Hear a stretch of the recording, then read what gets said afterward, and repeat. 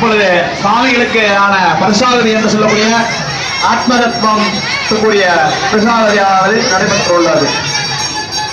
அதுபோல இந்த மகா கும்பாபிஷேகம் நடைபெற்றதும் ஏகசாலையில் வைத்து பூஜிக்கப்பட்ட எந்திர ஸ்தாபன தகடானது இங்கே கொடுக்க உள்ளது. சரியாக 27 நட்சத்திரத்துக்குரிய ஆவணியானது வைக்கப்பட்டு 27 எந்திரமானது இங்கு பூஜிக்கப்பட்டு உள்ளது.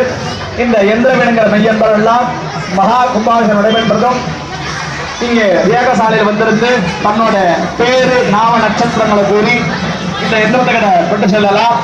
இந்த எந்திர தகடை வாங்கிட்டு போய் நம்ம வீட்டுல வைக்கிறதுனால நம்மளோட வீட்டுல ஒரு சுதர்சன ஹோமம் பண்ணா என்னெல்லாம் பலனோ அதுக்கு ஈவனான பலனானது இந்த சுதர்சன எந்திரத்துல நமக்கு எல்லாம் கிடைக்கும். ஒரு வீட்டுல ஒரு சுதர்சன ஹோமம் பண்ணணும்னா குறைஞ்சது ஒரு 10,000 ரூபாய் செலவு ஆகும்.